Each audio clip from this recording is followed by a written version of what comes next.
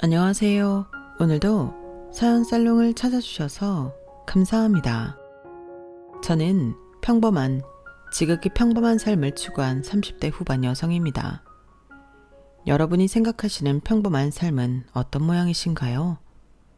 다양한 삶의 모양이 있을 것 같아요. 사람마다 생각하는 게 다르니까요. 평범이라는 가치 또한 다양하겠죠. 저는 이런 삶이 평범한 삶인 것 같아요. 조금 고리타분해 보일 수도 있지만 말이에요.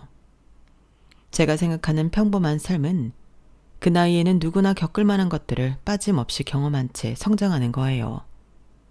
저는 그런 생각을 아주 오래전부터 가졌어요. 그래서 지나치지 않은 사춘기를 겪었고, 사춘기가 지난 고등학생 때는 학업에 충실했죠. 그리고 제 수준에 맞는 대학교에 가서 적당히 놀며 적당히 공부했어요. 그런 뒤 과에 맞는 방향으로 취업을 했고 가장 중요한 결혼을 했죠. 저에게 결혼은 사람의 생에서 가장 중요한 이슈이고 통과 의례였어요. 저는 사람이라면 결혼은 무조건 해야 한다고 생각했죠. 그만큼 저는 결혼에 대한 환상이 있었어요.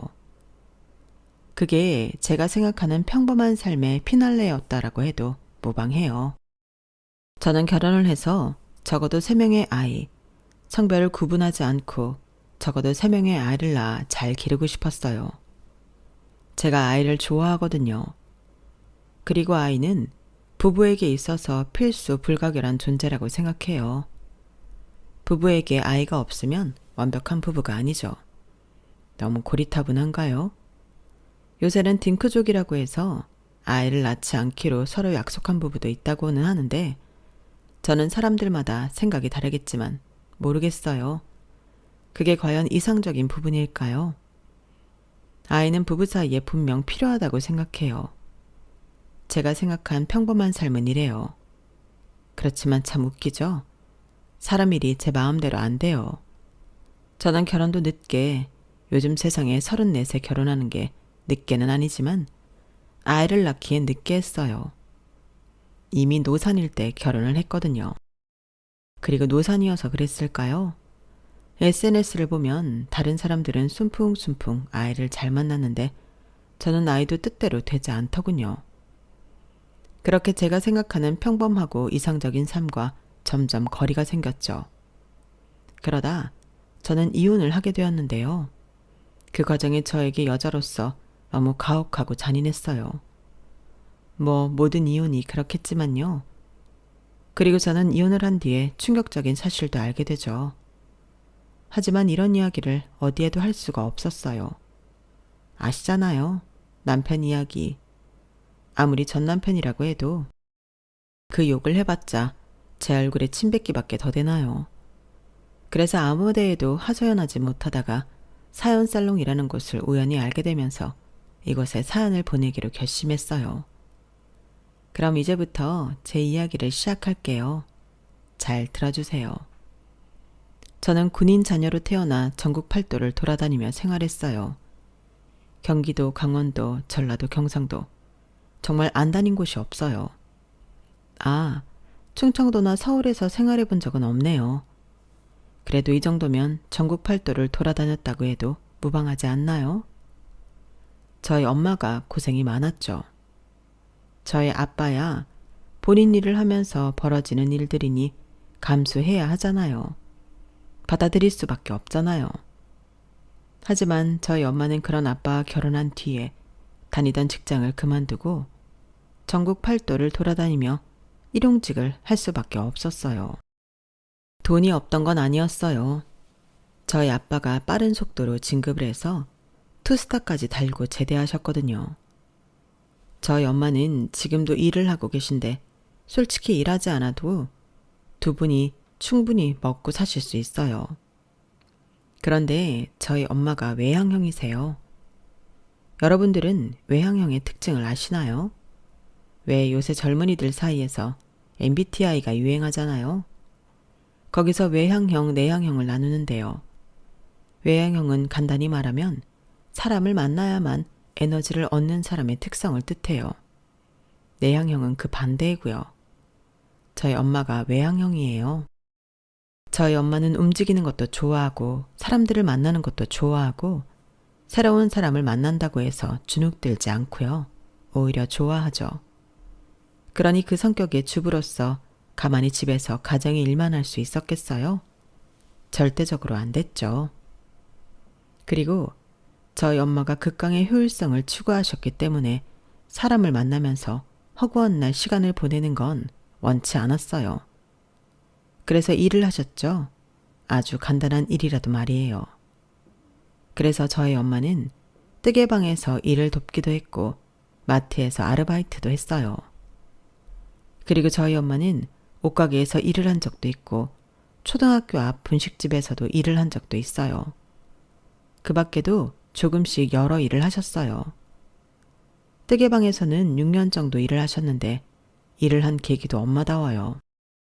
미용실에서 매일 같은 시간대에 머리를 하던 이모에게 뜨개질을 배웠는데 엄마가 곧잘 했어요. 소질이 있는 것 같았죠. 그리고 더구나 말이 잘 통해서 이모가 먼저 제안을 했어요. 손이 좀 필요한데 같이 해보지 않겠냐고요.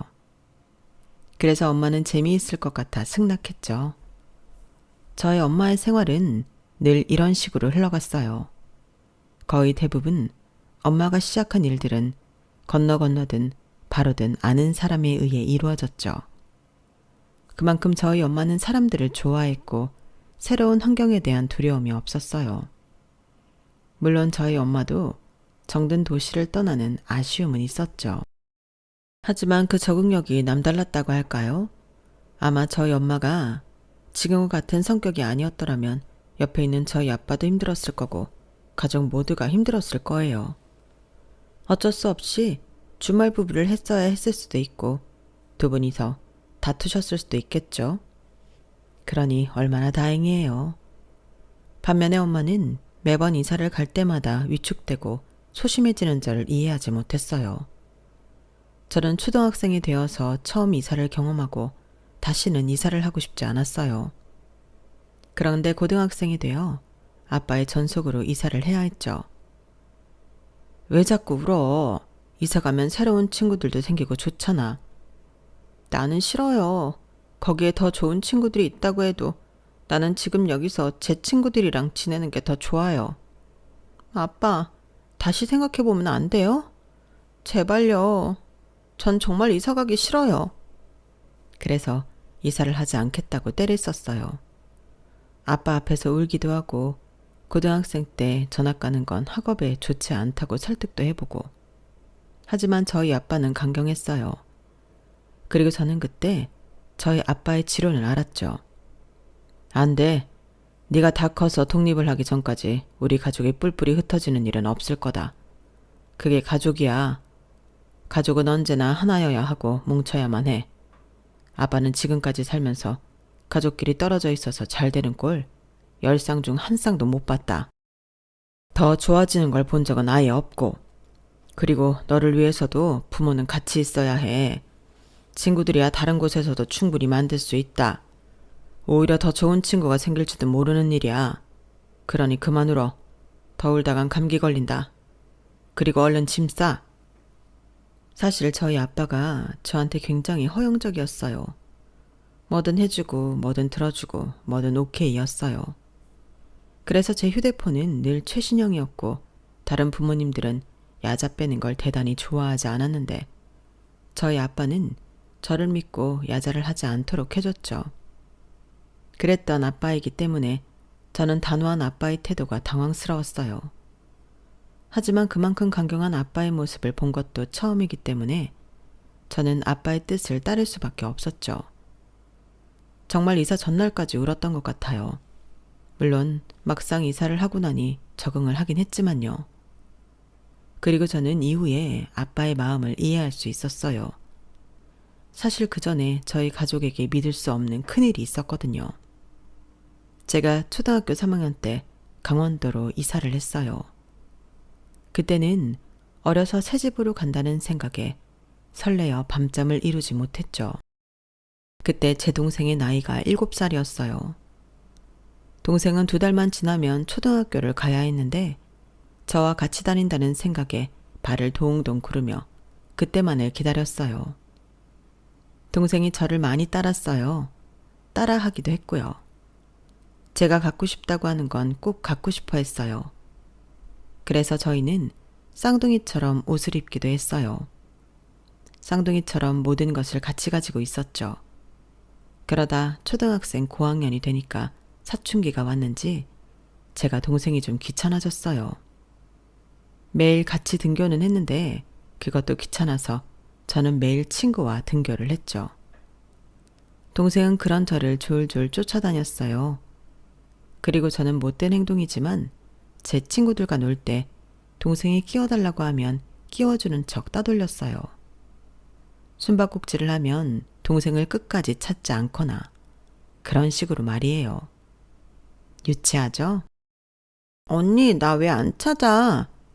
제가 그럴 때면 제 동생은 울지도 않고 그냥 저랑 노는 게 좋아서 웃으면서 저를 쫓아왔어요. 저는 그때를 아직도 기억해요. 기억하면서 후회해요. 그때 제 동생에게 그렇게 하지 말았어야 했다고 말이에요. 같이 놀고 같이 뛰어다니고 더 잘 챙겼어야 했다고 말이에요. 왜냐하면 지금 제 동생은 제 곁에 없거든요. 제 동생은 지금 저희 친할아버지가 있는 추모공원에 9살의 나이로 멈춰 있어요. 제가 초등학생 때 강원도로 전학을 갔다고 말씀드렸잖아요. 새 집으로 간다는 생각에 설레어 밤잠도 못 이뤘다고요. 그 새 집은 정말 좋았어요. 거실도 부엌도 넓었고 드디어 제 동생과 방을 따로 써 오로지 제 방이 생기기도 했고요. 그런데 그 행복은 그리 오래 가지 않았어요. 아까도 말씀드렸다시피 그 일이 일어난 거예요. 동생의 사망사고요. 그때가 강원도로 이사를 간 지 2년째 되던 해였어요. 눈이 무척 많이 왔고 제설 작업을 하는데도 눈이 와서 손을 쓸 수가 없었어요. 게다가 도로가 얼어서 차도 서행해야 했어요. 그리고 저희 자매가 다니던 초등학교는 오르막길에 있었죠. 그런데 배달을 하던 오토바이가 내리막길에서 커브를 돌다가 미끄러졌어요. 그리고 그대로 저희 동생을 박아 밀었죠. 제 동생이 체구가 작아요. 아니, 그 속도로 달려오는 오토바이에는 누구든 손을 쓸 수 없었을 거예요. 그래서 제 동생은 그대로 밀려가서 철조망에 부딪혀 바닥으로 떨어졌어요. 그리고 사람들이 몰려왔고 응급차를 불렀어요. 저는 그때 제 귀에 들린 소란스러운 소리를 아직도 잊지 못해요. 그때 친구와 함께 앞에서 제가 걸어가고 있었거든요. 자칫 잘못하면 제가 다쳤을 수도 있었겠구나 하는 생각과 제 동생이 정말 죽는 게 아닌가 하는 공포가 일었어요. 그래서 그 자리에 서서 어떤 행동도 말도 하지 못하고 있었죠. 지우야, 네 동생 아니야? 친구가 그 말을 하기 전까지 얼어 있었어요. 그리고 저는 엄마에게 떨리는 손으로 전화를 했죠. 엄마, 지아가 다쳤어요. 저는 그 말밖에 전하지 못했어요. 죽었다고 생각하지 않아서였을까요? 아니면 엄마가 충격을 받을까봐? 차마 그 말을 할 수 없어서? 아마 복합적이었던 것 같아요. 그리고 엄마는 응급차가 도착할 때 그 현장에 도착했어요. 그리고 그제서 저는 동생에게 갈 수 있었어요. 동생의 모습이 처참하더군요. 오토바이를 몰던 사람은 안절부절 못하고요. 엄마가 난생 처음 보는 표정으로 오토바이를 몰던 사람을 질책했어요. 화를 냈고 울었어요.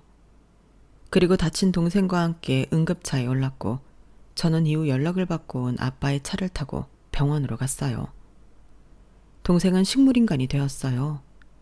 그땐 식물인간이라는 게 뭔지 몰라서 동생이 지금 살아있는 건지 죽은 건지 알 수가 없었어요. 그런데 엄마가 그랬어요. 지우야, 지아는 깨어날 거야. 지금은 많이 아파서 눈을 감고 있는 거야. 지우는 깨어날 거야. 엄마는 믿어. 하지만 엄마의 말투엔 그 말의 의미를 밀어내는 불신이 있었어요. 그리고 그 불신대로 동생은 보름 동안 식물인간으로 살다가 죽었어요. 저희 부모님이 한참을 울다가 동생의 장기를 기증하기로 했어요. 저희 동생은 3명의 환자를 살리고 하늘나라로 갔어요. 그리고 사람이 충격을 받으면 그 사실이나 사건을 잊는다고 하잖아요. 그래서 동생의 죽음을, 동생의 존재를 잊고 지냈어요. 어디서 형제관계를 물으면 외동이라고 해요. 저도 모르게 외동이라는 말이 나오죠. 그래서 아빠에게 이사를 가기 싫다고 말하고 울고, 그러다가 아빠의 말을 들었을 때도 동생을 생각하지 못했어요. 그런데 뒤에 가서 생각해보니 아빠는 아직도 동생을 잊지 못해서 그런 말을 제게 한 것 같더라고요. 그래서 저는 잠자코 고등학교 생활을 했어요. 오히려 아빠나 엄마에게 미안함을 가지고 생활했죠. 괜히 상처를 들쑤신 것 같아 마음이 안 좋더라고요. 아, 제 동생이 죽고 저희 부모님은 큰 상실감을 느꼈어요. 엄마는 일을 그만두시고 아빠는 매일 술을 마셨죠. 그러다 아빠가 도무지 여기서 살 수 없을 것 같다고 판단하고 보고를 했어요. 그리고 승인을 받아 강원도에서 3년째 살던 때에 경상도로 이사를 갔어요. 물론 거기서도 두 분은 울 때가 많았어요. 엄마는 무심코 4인분의 음식을 하다가 울고 아빠는 빈 그릇을 보다가 울고 그랬죠. 그래서 저는 많이 재롱을 부렸어요. 제 사춘기는 그날로 사라졌어요. 만들기를 할 때 더 열심히 무언가를 만들어 부모님께 보여주고 공부도 더 열심히 했고요. 상장도 많이 받았어요. 반장도 도맡아 하고요. 그러니 부모님도 제 노력을 생각해서 웃기 시작했어요. 그렇게 저희 가족은 회복하게 되었고 엄마는 다시 일을 시작했고 아빠도 술을 끊었어요. 그리고 저희 엄마는 우연하게 보육원에서 일하는 사람을 만나 봉사도 시작했죠. 저희 아빠가 그랬어요. 굳이 그렇게 힘든 데에서 돈도 안 주는 일을 해야겠어? 그럴 시간에 나랑 우리 지우랑 시간을 보내는 게 낫지 않아? 나는 당신이 힘들까봐 그래. 생판 모르는 애들 여럿 있는 데서 안 힘들겠어? 난 말리고 싶은데. 아니 여보, 나는 거기 가는 게 좋아. 힘든 데일 수도 있지. 돈도 안 주니 괜히 힘만 될 수도 있어. 그런데 있잖아. 거기에 지하처럼 지하 같은 애들이 나를 사슴눈을 하고 쳐다봐. 아줌마 아줌마 하는데 그 말에 애정이 듬뿍 담겨 있어. 봉사하는 일 꽤 보람 있는 것 같아. 저희 엄마가 아빠가 반대하는 일은 다 안 하셨어요. 그만큼 엄마도 아빠도 서로를 믿고 신뢰했어요. 하지만 저희 엄마 그때만큼은 뜻을 굽히지 않더군요. 정말 주말마다, 아니 시간을 내서 성실하게 봉사를 했어요. 저희 엄마는 보육원 아이들을 만나는 일에 늘 진심이셨어요. 그리고 엄마의 그런 행동이 아빠를 울렸는지 어느 날부터 아빠도 보육원에 가기 시작하더라고요. 처음엔 엄마만 태워줬다가 나중엔 당신도 봉사를 하기 시작했어요. 그러면서 저도 데려가셨어요. 그때 제가 중학생 때였고 저는 제 또래 친구들과 숙제를 했죠. 저에게 보육원 친구들은 즐거운 사람들이에요. 부모가 없는데도 불구하고 맑게 자란 대단한 친구들이었죠. 처음엔 저도 보육원 친구들이라고 해서 조금 편견이 있었어요. 공부도 못하고 더럽고 도둑질을 할 것 같다는 느낌? 하지만 실제로 만나보니 그렇지 않았어요. 편견을 가진 제가 부끄러울 만큼 성실하게 공부해서 저보다 공부를 잘하는 친구도 있었고 제 물건을 탐내지 않고 해맑고 그러다 보니 함께 지내는 게 즐거웠어요. 그 친구들에게 배울 점도 많았고요. 하지만 저도 공부를 해야 하니 고등학교 2학년이 되어서는 보육원에 가지 않고 그 시간에 공부를 했죠. 그리고 저는 교대에 갔어요. 교대를 졸업하고는 2년 동안 준비해서 임용고시를 합격했어요. 그리고 한 초등학교로 발령받았죠.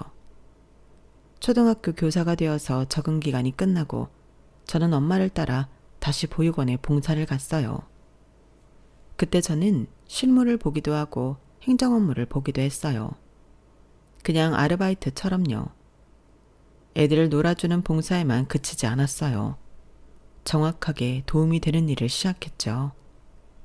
그리고 그때 저희 엄마가 봉사하는 보육원의 운영위원회 회장이 되었어요. 그동안 후원하신 후원금이나 물품들이 만만치 않았고 엄마의 그 열정을 높게 사서 보육원 이사장이 스카우트 하신 거예요. 그리고 만장일치로 회장이 되었어요. 그래서 엄마는 일하던 마트 아르바이트를 그만두고 보육원 일에 매진했고 그럼으로써 저는 더 자주 보육원에서 일을 도와줬어요. 그리고 보육원에서 봉사를 하는 일이 제 업무에도 큰 도움을 줬어요. 보육원에서 아이들을 보살피는 봉사를 하다 보니 아이들에 대해서 더 소중한 마음이 들었죠. 그래서 저는 소중한 아이들을 더 바른 길로 인도하고자 노력했어요. 하지만 힘든 일이 없던 건 아니에요. 요새 교권이 말이 아니잖아요. 저는 그런 전화도 받은 적이 있어요. 안녕하세요, 선생님. 저 오늘 종례 늦게 끝나나요? 저희 유미가 수학학원에 가야 하는데 저번에도 늦어서요. 오늘은 유미만 좀 일찍 보내주시죠. 그래서 제가 그럴 수 없다고 하면 반협박을 하는 학부모도 있었어요. 또 체육 시간에 다칠 수도 있으니 자기 아이는 제외시켜달라는 연락을 받은 적도 있고요. 학예회를 할 때면 꼭 자기 아이를 중앙에 넣어달라거나 다른 액세서리를 추가해달라거나 하는 연락을 받은 적도 있어요. 아주 많이요. 그리고 요새 아이들을 훈육하는 건 금기시되어요. 전에는 무슨 일이 있었냐면요. 한 아이가 자기 반 친구들의 지갑을 연속으로 도둑질을 한 일이 있었어요. 그래서 제가 조용히 그 아이 부모에게 사실을 알리니 이러더라고요. 아, 그래요? 그래서 선생님이 저희 애 때리셨나요? 그러셨어요? 애가 뭘 알아서 도둑질을 했겠어요? 안 그래요? 지금 혼내봤자 이해도 못하고 트라우마로만 남아요. 그러니까 저희 애 그냥 집으로 보내주세요. 반성문 그런 것도 쓰게 하지 마시고요. 상황이 이렇다 보니 학교에서도 아이가 도둑질을 하든 싸움질을 하든 묵인하라는 분위기예요. 하지만 학교는 교육의 장이고 아이들의 인성을 가르치는 곳이에요. 그건 변함이 없을 줄 알았는데 변하더군요. 요새 출근하는 게 더 이상 즐겁지 않아요. 뻔히 잘못된 길로 가는 아이를 바로잡지 못하는 교사라는 거, 그거 꽤나 저에게 상처로 다가오더군요. 그래서 그런저런 마음으로 학교를 다니고 있는데 어느 날 교장 선생님께서 중매를 보고 싶다는 말을 들었어요. 저는 마음만으로 감사하다고 말씀드렸죠. 하지만 차라리 이런 학교를 떠나 취직하는 것도 나쁘지 않겠다는 생각이 들더군요. 뭐 농담이지만요. 빈말이지만요. 그런 생각이 전혀 없지는 않더라고요. 그래서 만나보기로 했어요. 그렇게 저는 남편을 만났어요. 남편의 첫인상은 처음 하는 소개팅이란 말을 들었는데 그래서인지 약간 주눅 들어 보이고 행동거지가 어설펐지만 그 모습이 순수해 보였고 섬세하고 미지근한 그의 온도가 마음에 들었어요. 사실 저 연애를 많이 해보지 않았어요. 그렇게 된 이유 중 하나가 저는 뜨거운 온도의 연애는 싫더라고요. 서로를 너무 사랑하다 보니 서로를 집착하고 구속하고 매번 찾아오고 내 일상도 내 일상이라는 마인드가 힘들더라고요. 그래서 연애를 그만둔 경우가 많았는데 남편은 정말 뜨뜻미지근한 온도가 꼭 알맞게 식은 차 같았어요. 넘기기 좋은 차말이에요. 그리고 그 이상 타오를 것 같지 않고 그 온도를 유지할 것 같았어요. 그래서 남편과 연애를 시작했어요. 저희는 적당한 온도로 연애를 하면서 싸우지 않았고 무난했어요. 그리고 저는 우연히 시부모님을 만나 뵙게 되면서 남편과 결혼을 결심하게 되어요. 제가 남편을 집에 데려다주고 잠깐 정차한 사이에 시부모님을 만나 뵈었는데요. 아버님은 교수이고 어머님은 고등학교 윤리교사라고 들었는데 어쩜 그에 걸맞게 인자하시더라고요. 말이나 행동에서 기품이 느껴졌다고 할까요? 남편에게서 묻어나는 섬세함과 따뜻함이 시부모님으로부터 비롯되었다는 사실을 알 수 있었어요. 그리고 몇 번 식사를 했는데 제 직업을 듣고 무척 좋아하시더라고요. 같은 교육자의 길을 걷고 있다는 사실에 반가워하시기도 했고요. 더구나 크게 자랑스러워 하셨어요. 마치 본인의 일이나 본인의 딸처럼요. 그게 좋았어요. 그러면서 시부모님은 저를 존중했어요. 일종의 선을 지키면서 행동했어요. 절대 먼저 저희 부모님 이야기를 하지 않았고 제가 먼저 말씀드렸어요. 그리고 제 집이 어디인지, 혼자 사는지, 월급은 어느 정도 받고 적금은 얼마나 들었는지 그런 이야기도 하지 않았죠. 오히려 제가 먼저 말했어요. 저는 이런 직업을 가진 사람이고 부모님과 지내고 있으며 부모님의 직업은 이렇고 이런 이야기를 제가 먼저 했죠. 그리고 시부모님은 교회를 오래 다니셨어요. 그래서 믿음을 통한 다정함과 이해가 대단하셨고 인품도 뛰어나셨죠. 저는 신앙심이 없어서 믿음이라는 걸 잘 모르지만 뭐든지 감사할 줄 아신다는 게 좋아 보였어요. 그리고 결정적으로 남편과 아주버님의 관계가 이상적이라는 게 저의 결혼에 대한 결심을 가속화시켰어요. 저희 아주버님은 중학교 교사인데 수학 과목을 가르치세요. 그런데 저희 아주버님이 제 남편을 얼마나 생각하느냐면요. 남편은 일반 회사를 다니는데 입사를 하자마자 아주버님이 차를 뽑아줬어요. 출근할 때 타고 다니라면서요. 그리고 아주버님은 남편에게 차뿐만 아니라 양복까지 선물하고 자기 명품 양복도 손수 줬어요. 자기는 이제 안 입는다면서 겸손하기까지 했죠. 게다가 남편이 취업을 하게 된 건 어쩌면 아주버님 덕분이에요. 아주버님이 남편이 취업을 하기 전에 자기소개서도 봐주고 면접 연습까지 함께 했거든요. 어쩌면 남편의 인생에서 아주버님은 없어서는 안 될 존재, 은인인 거예요. 저는 그렇게까지 생각이 들더라고요. 그리고 아주버님은 저한테도 잘했어요.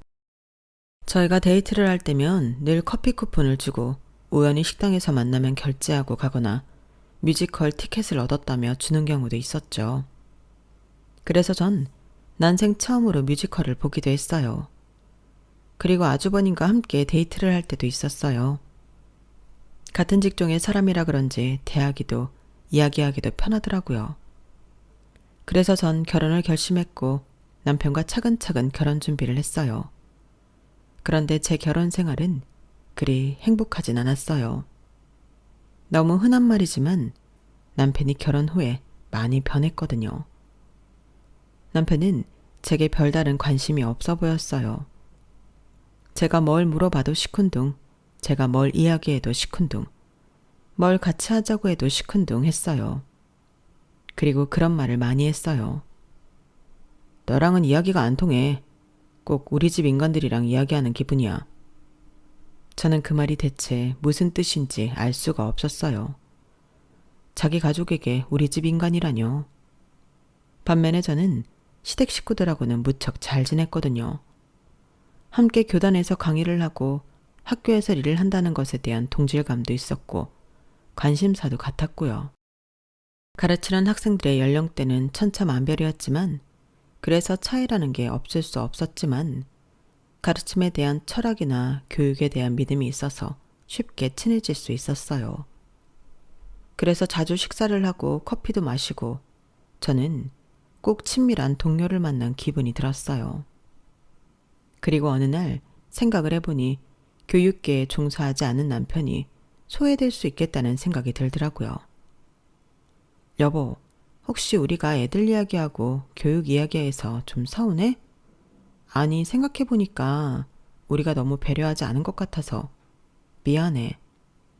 뭐가 미안해? 그렇게 신나게 떠들어 놓고서. 나는 그 자리에 있을 때마다 내가 왜 굳이 여기에 와서 시간을 버리고 있나 이런 생각이 들어. 소외감? 그렇게 말하면 내가 너무 속 좁아 보이지 않아? 그냥 나는 그 시간에 미친 듯이 지루한 것뿐이야. 남편이 그렇게 말해서 이제 저는 남편을 두고 시댁에 가거나 아니면 애초에 시댁을 가지 않고 남편과 시간을 보내려고 했어요. 하지만 뭐 이미 서운한 마음이 쉽게 풀리지 않았죠.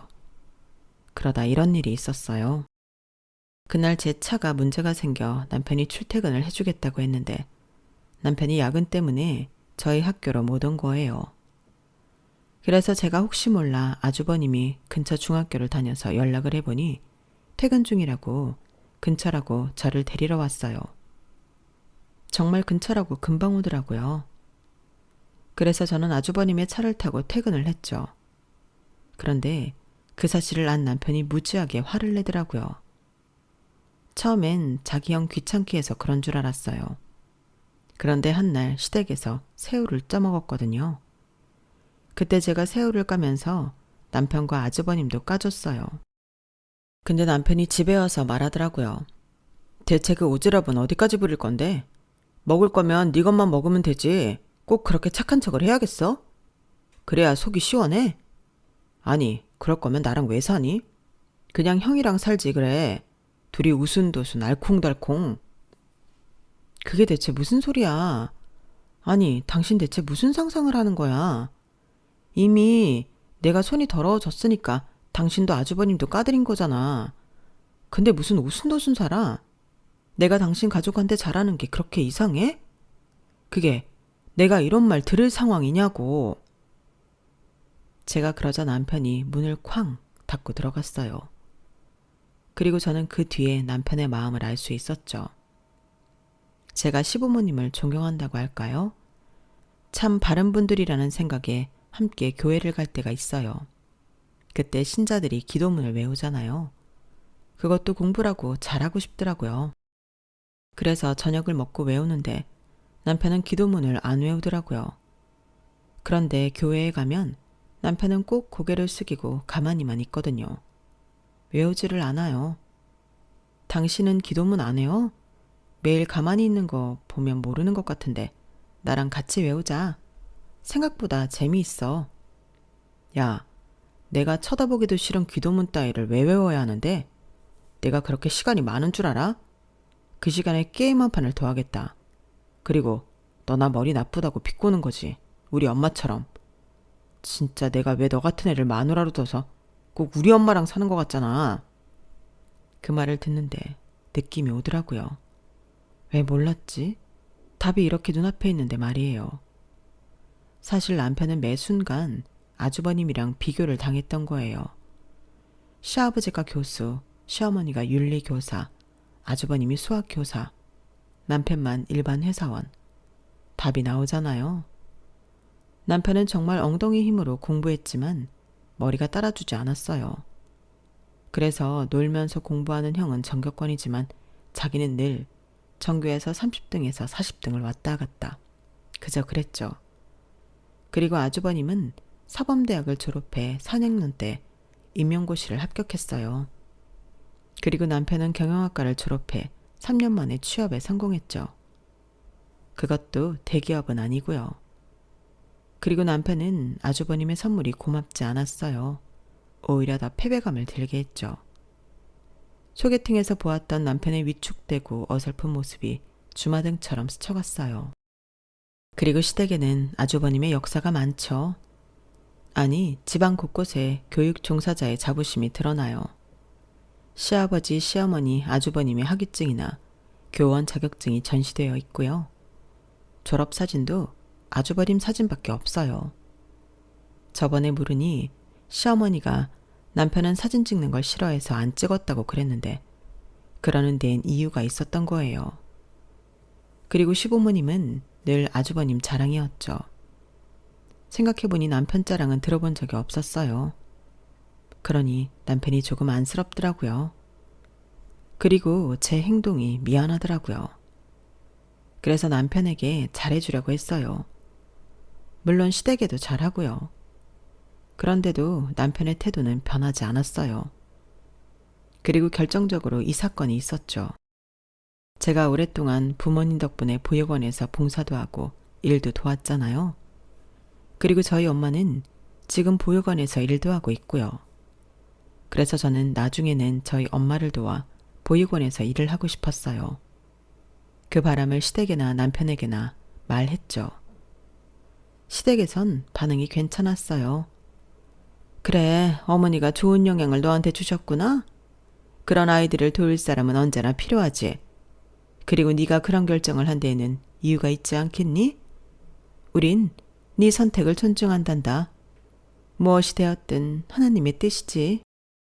저는 조금 걱정스러운 마음으로 뜻을 전했는데 그런 반응을 들어서 기분이 좋았어요. 그런데 남편이 비웃었죠. 넌 그 말을 믿어? 우리 엄마 속으로는 네가 담탱이 일 그만두는 거 엄청 아까워할걸? 말리고 싶은데 그놈의 품위가 뭐라고 안 하고 있는 거야. 아니야, 어머니가 내 선택을 존중한다고 그러셨어. 그럼 당신은 반대한다는 소리야? 당연히 반대하지. 그래봤자 보육원이라고 예쁜 말 붙여봤자 고아원 아니야? 그런 데서 월급을 얼마나 줄 것 같아. 들어보니 늘 적자라고 하던데. 어떻게 된 게 네 눈은 그렇게 아름답게만 보냐? 현실을 생각해. 네가 봉사한 거 그거 다 수박 겉핥기일 뿐이야. 직접 일해보면 더러운 꼴 다 당할 텐데. 그리고 못 배운 애들은 어쩔 수 없이 못 배운 행동만 하게 돼 있는 거야. 그거 다 네가 감당할 수 있다고? 나 모르겠다. 남편이 그렇게 말하며 제 보육원 이직을 반대했지만 저도 당장의 일이라고 생각하지 않아서 무시했어요. 그런데 저희 엄마에게서 연락이 온 거예요. 보육원 총무부에 빈자리가 나왔는데 도와줄 생각이 있냐고요. 저는 주저할 수 없었어요. 원래 자리가 비기 힘들거든요. 그래서 저는 무작정 이직을 했어요. 그리고 남편에게 통보를 했죠. 그러자 남편이 저를 투명인간 취급하더라고요. 그러니 제가 원해서 하게 된 보육원 일도 즐겁지 않았어요. 저는 도저히 이러면 안 된다는 생각이 들어 남편에게 이야기 좀 하자고 하며 식탁 앞에 앉혔죠. 여보, 이건 내가 바라던 일이야. 나는 그늘진 곳에 있는 아이들에게 희망을 주고 싶어. 부모가 없는 아이들에게 부모는 아닐지언정 좋은 이모가 되고 싶어. 여보도 알잖아. 내 동생 일찍 하늘나라 간 거.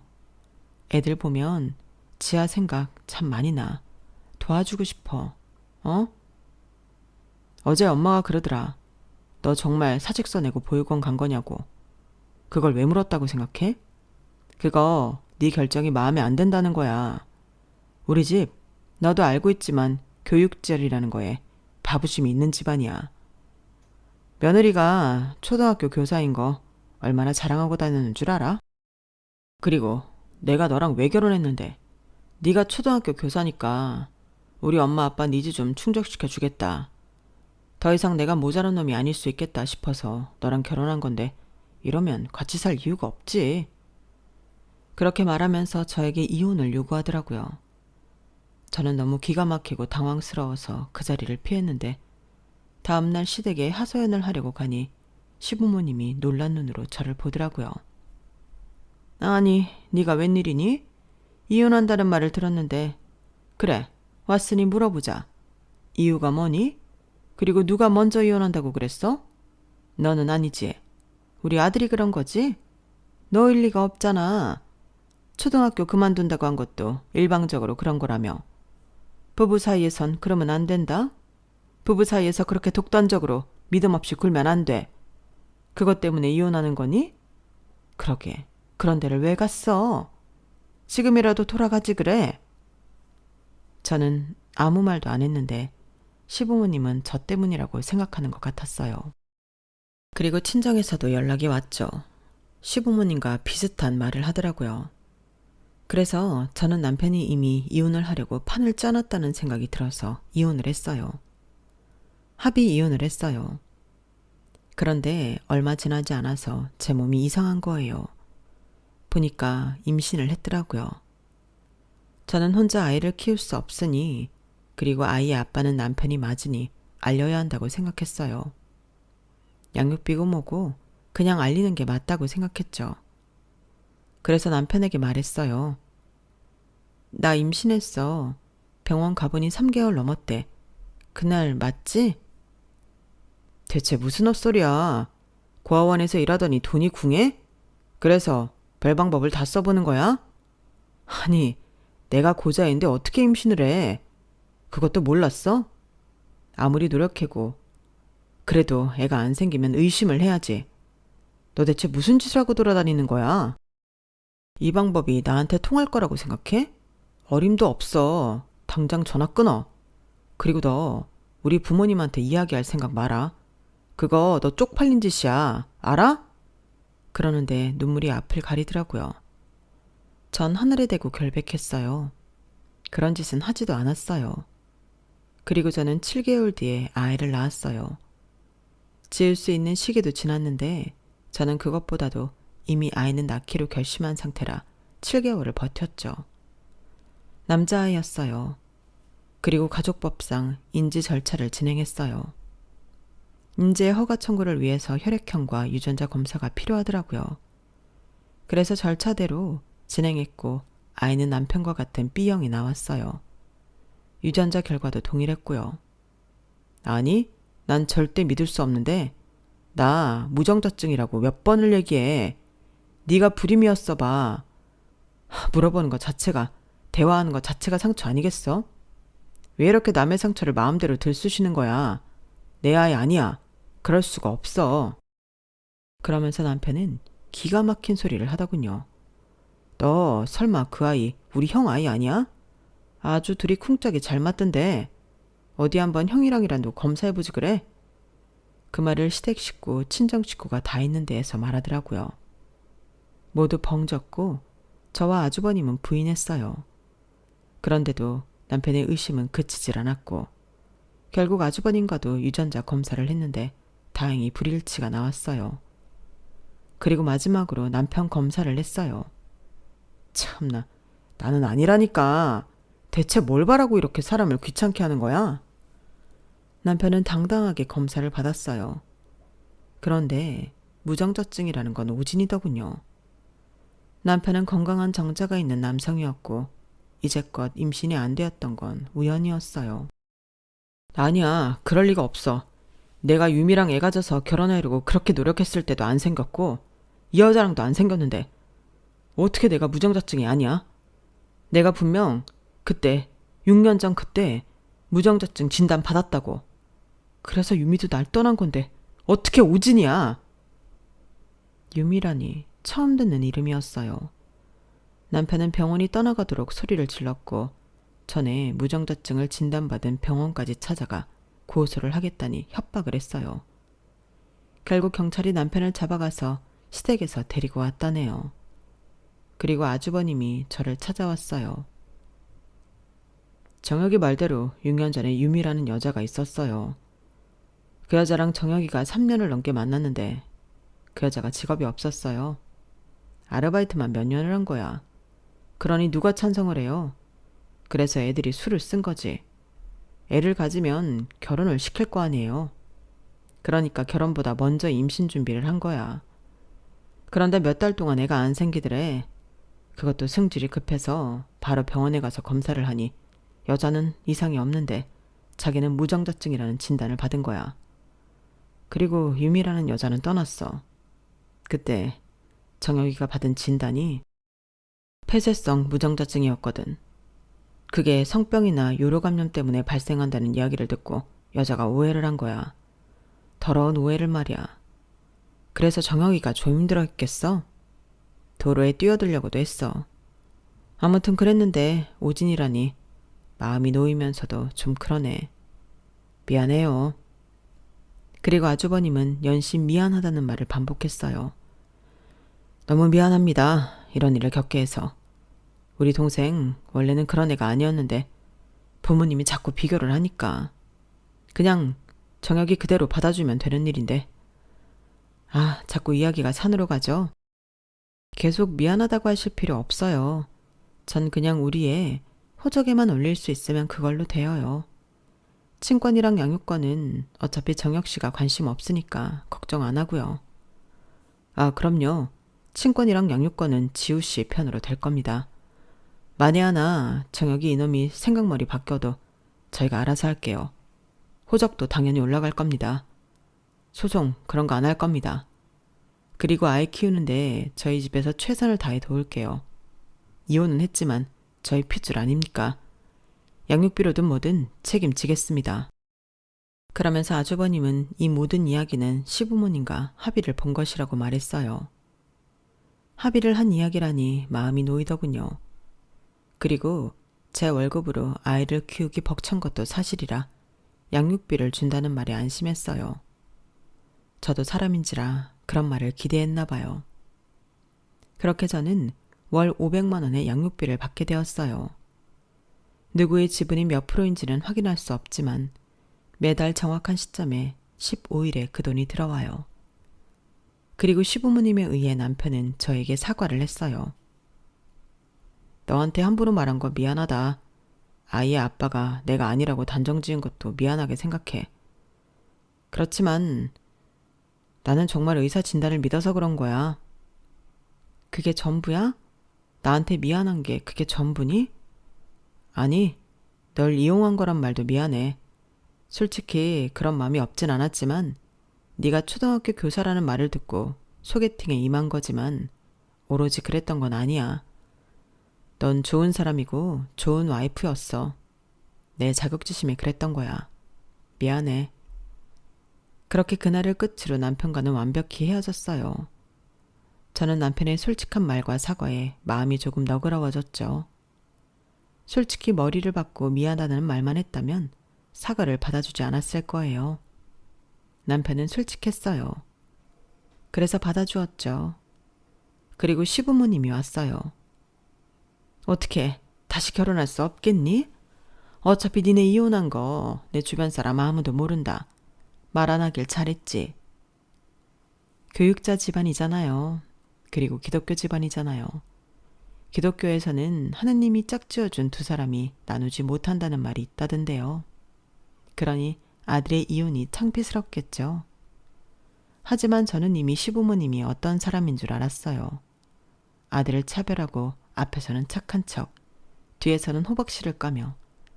그래서 제가 보육원에서 일하는 것도 앞뒤 다르게 생각하고 행동하는 위선자라는 걸요. 아무리 그러셔도 저 보육원에서 계속 일할 거고 초등학교로 안 돌아갈 거예요. 그래도 제가 필요하세요? 부부의 일이라고 독단적으로 굴면 안 된다고 하셨지만 사실은 제가 보육원에서 일하는 거 더럽다고 생각하잖아요. 그거 저도 다 알아요. 아니, 당연히 그렇지. 직업에는 귀천이 있는 거다. 그래서 어떤 직업은 존경받고, 우리처럼 교단에 서 있는 직업이 칭송받는 이유는 어떤 직업은 비천하다고 생각하기 때문이야. 그게 세상의 이치지. 그게 뭐? 나도 내 며느리가 귀한 데서 일하는 게 좋다. 그제서 본성을 드러내더라고요. 하나님이 그걸 가르치진 않나 봐요. 누구나 당연한 건 없어요. 부모도 형제도 그 어떤 것도 당연한 건 없죠. 그 아이들은 단지 빼앗겼을 뿐이에요. 그 아이들의 의지가 아니라 나쁜 어른들이 그랬죠. 그런 아이들이 뭐가 나쁘죠? 뭐가 더럽죠? 안타까운 사람에게 손 내미는 게 그댁 종교 아닌가요? 하나님이 그랬다면서요. 적도 사랑하라고. 그 아이들은 적도 아닌데 그것보다 선한 사람들인데 왜 그렇게 생각하죠? 전 실망했어요. 다시 돌아가지 않아요. 그리고 저는 다시 보육원으로 돌아왔어요. 그렇게 시댁과도 완전히 헤어졌어요. 그럼에도 배우신 분들이어서 매달 500만 원은 챙겨주더군요. 혹시 몰라서 아이가 성인이 될 때까지 입금한다는 서약서까지 받아냈는데 효력을 발휘하는 일은 없길 바라고 있어요. 보육원에서 여러 사람들의 도움으로 아이를 키우고 있어요. 가끔 초등학생 친구들도 아이를 봐주는데 고사리 같은 손으로 아이를 돌보더라고요. 그런 모습들이 참 예뻐요. 그런 모습을 보며 저는 오늘도 보육원 아이들과 함께 이 아이를 키워내고 지켜낼 거라고 다짐해요. 모두 바르게 성장할 수 있도록 자립적인 어른이 되도록 애쓸 거라고요. 여기까지가 제 사연입니다. 복고 여산이라는 말이 있죠. 그건 배가 산처럼 높다는 뜻으로 임신한 여인을 뜻하기도 하지만 부자의 거만스러운 사람을 뜻하기도 해요. 부자가 아니어도 나이가 들면서 거만하지 않는 게 참 중요한 것 같아요. 본인들이 교육자 집안이라며 회사원인 남편에게 거만하게 굴던, 보육원에서 일을 한다고 저에게 거만하게 굴던 저희 시부모님이 어떻게 보이시나요? 참 우습죠. 그러니 우리는 거만하지 않게 꽃처럼 살아보아요. 여러분, 사연 댓글에 응원과 현명한 조언 부탁드려요. 좋아요와 구독은 저에게 큰 힘이 됩니다. 오늘도 좋은 일 가득하세요.